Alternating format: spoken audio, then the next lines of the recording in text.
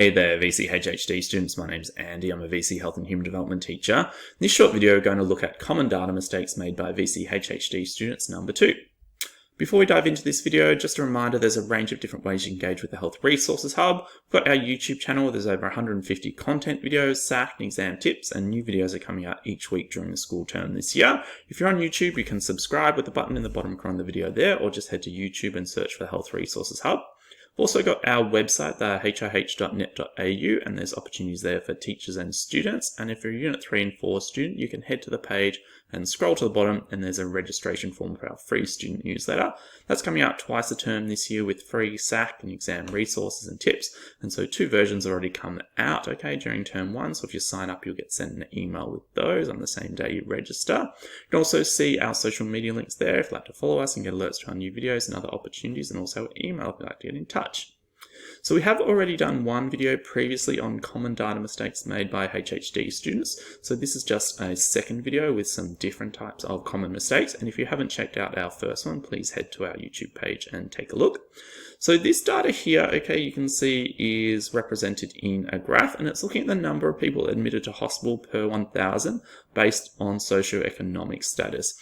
So if you take a look at the y-axis here, it's the number of people per 1,000, and then along the x-axis here, the socioeconomic status. Now I have included the question here because the common mistake that I'm talking about in this video is the fact that the question is asking about a relationship between socioeconomic status and the use of private and public hospitals. And often students commonly, write an answer that doesn't demonstrate a relationship, within the data. So I say to my class, when thinking about a relationship, you should be thinking about what's changing as you move from one end to the other of the x-axis in relation to the y-axis. So for example here, if you're talking about the relationship, you'd be talking about as you are moving from the lowest socioeconomic status to the highest socioeconomic status, the number of people per 1,000 admitted to public hospitals is decreasing. So you can see there that you're focusing on every, grade or increment across socioeconomic status that is happening here on the x-axis. And that's demonstrating that you are addressing the relationship because you're saying as you move from one end to the other. Or you could also talk about as socioeconomic status increases, to address that relationship. Obviously, there is another, relationship here. So as you move from lowest to highest socioeconomic status, the number of people per 1,000 admitted to private hospitals increases. So that's what you have to include in an answer to make sure you're addressing, that term relationship, language that makes sure that you're not just referencing, say, lowest and highest socioeconomic status without sort of indicating that you are including those in the middle.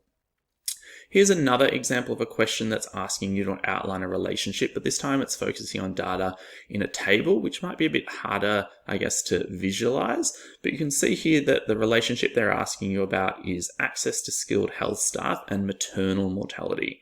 So you can see here, in the first of these columns here, we're looking at the share of births attended by skilled health staff, and then the maternal mortality ratio, in this column here.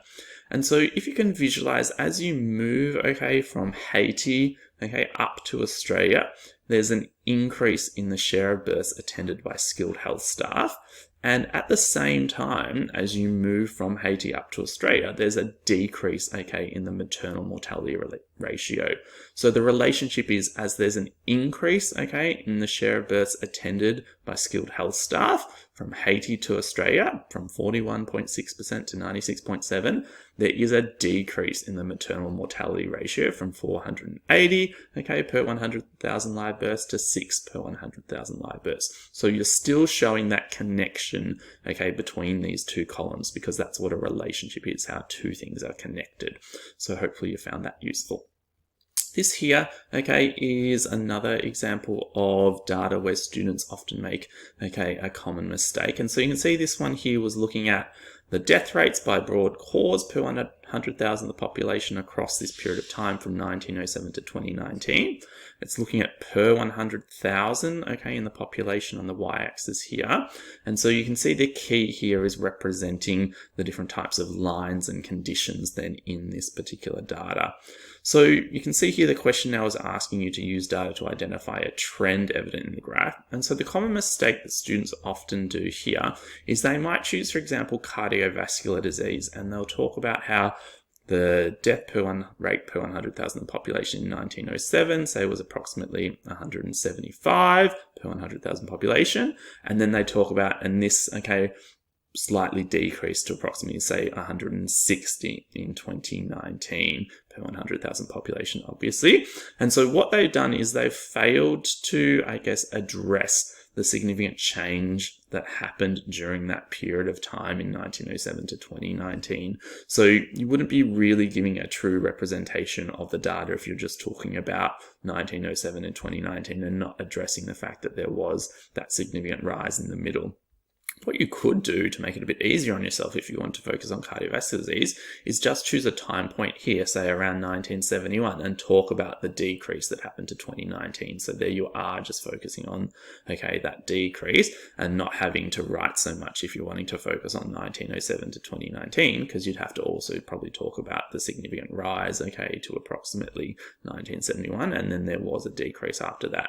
What I've said to my students is I'd just I guess, be kind to yourself and choose a condition that really just over that period of time did steadily decrease. So you can then tend to just talk about what happened or what the data said in 1907 and then what it said in 2019. Okay, because for example, for infectious diseases, there was just that sort of steady decrease. And so it's much easier then to focus on that data than having to pick something where there is kind of a big rise and then a big fall. Okay, because it's not one sort of steady trend.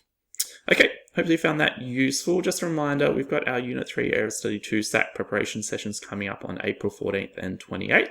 So spots are filling up for these sessions, so there are limited places. So if you haven't signed up and it's something you'd be interested in joining, then I'd advise you to head to this link here or to our website and sign up soon. You'll get a 50-mark practice SAC emailed to you the day you register, and the idea is that you complete that then before the online session, because during the online session I'll go through the answers to the practice SAC and talk to you about how you can structure your answers to ensure you're achieving full marks. We'll also talk about some common mistakes to avoid for this area of study in this SAC, and there'll be opportunity to ask me any questions you might have, and then after the session you'll get emailed a copy of the answer guide. So please consider signing up. Thanks so much.